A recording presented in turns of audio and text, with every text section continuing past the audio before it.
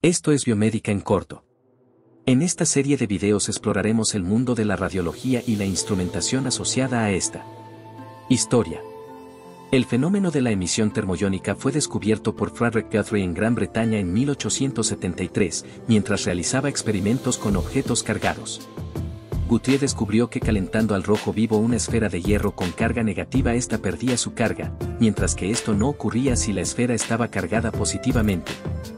Thomas Edison redescubrió este efecto en 1880 mientras experimentaba con bombillas incandescentes, lo que le permitió entender por qué se rompían los filamentos y por qué se oscurecía el cristal. Edison construyó muchas bombillas experimentales, algunas con un filamento adicional y una con una lámina metálica dentro de la lámpara, eléctricamente aislada del filamento. Edison conectó el electrodo adicional al filamento de la lámpara a través de un galvanómetro. Cuando la lámina tenía una carga negativa superior a la del filamento, no fluía corriente entre el filamento y la misma porque al estar frío emitía muy pocos electrones. Sin embargo, cuando cargó la lámina positivamente, la mayoría de electrones emitidos desde el filamento caliente fueron atraídos hacia ella causando un flujo de corriente en un solo sentido, lo que se llamó en ese momento el efecto Edison. La emisión termoiónica se refiere a la capacidad de un material de liberar electrones en virtud de su temperatura. Este efecto ocurre en los metales gracias a sus características físico-químicas. Los elementos metálicos se encuentran unidos a nivel molecular por un enlace conocido como metálico, un tipo de enlace químico que se produce entre átomos de un mismo elemento. Este tipo de enlace se caracteriza por la atracción electrostática entre una red de iones metálicos positivos y una nube de electrones deslocalizados. Los metales forman enlaces mediante la fusión de sus orbitales electrónicos de la capa externa, lo que produce estructuras muy compactas. Los electrones del interior se deslocalizan y no están unidos a ningún átomo metálico en particular, lo que forma iones metálicos positivos dentro de una nube de electrones deslocalizados. Esta nube de electrones deslocalizados es responsable de la conductividad eléctrica de los metales, ya que los electrones pueden moverse libremente a través de la estructura metálica. Los metales son buenos conductores de electricidad y, por lo tanto, cumplen con la ley de Ohm. La resistencia en un metal es constante y característica de cada sustancia. Si la composición subatómica del metal propicia que los electrones choquen entre sí o contra núcleos atómicos, cuando fluyen por efecto de una fuerza eléctrica aplicada, se dice que el metal será más resistivo. Estas colisiones son las encargadas de enviar los electrones hacia la superficie del material y que parte de la energía cinética se transforme en energía térmica. Al provocar la acumulación de electrones libres, o iones negativos, y evocar la presencia de energía térmica, comprendemos por qué este fenómeno dejó de denominarse efecto Edison, para ser conocido como efecto termoiónico.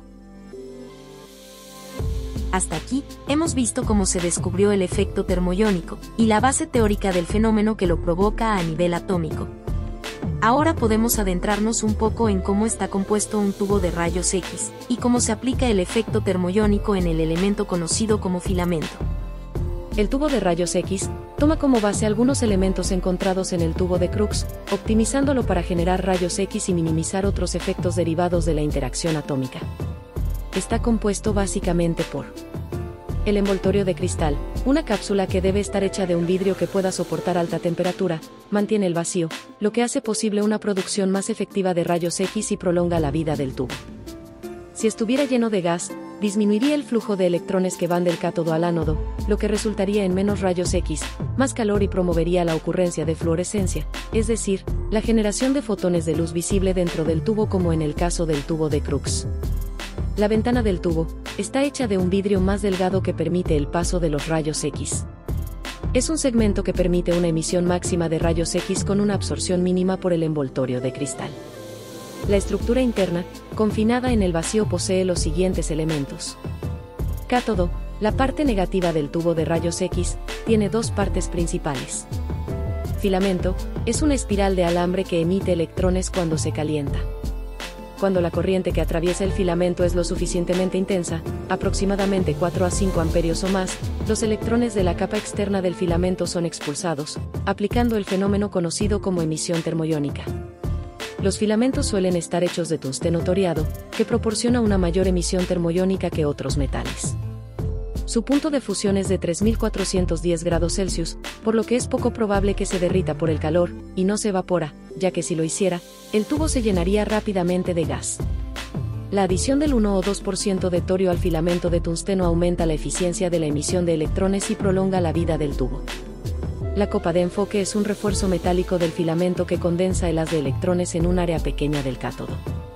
Ánodo es el lado positivo del tubo de rayos X. Existen dos tipos, estacionarios y rotatorios. Es el filamento entonces el encargado de producir los electrones, los cuales al ser acelerados por el campo eléctrico en el vacío, se convertirán en electrones proyectiles. La corriente eléctrica, en el orden de los miliamperios, aplicada al filamento será la encargada de propiciar la emisión termoiónica. El miliamperaje en un tubo de rayos X se ajusta para controlar la cantidad de corriente que pasa a través del filamento, lo que a su vez regula la cantidad de electrones que pasan a través del mismo. Un aumento en el miliamperaje resulta en una mayor cantidad de electrones que viajan del cátodo al ánodo, lo que a su vez produce una mayor cantidad de rayos X. El miliamperaje pertenece a un conjunto de conceptos conocidos como parámetros radiográficos, los cuales son vitales para establecer la calidad de las exposiciones radiográficas. Con la emisión termoiónica como principio generador de electrones, utilizando la modulación de corriente en miliamperios a través del filamento, iniciamos la exploración del tubo de rayos X. En capítulos siguientes revisaremos los siguientes elementos necesarios para generar rayos X. Si te gustó el contenido, suscríbete y activa las notificaciones. Esto fue Biomédica en corto.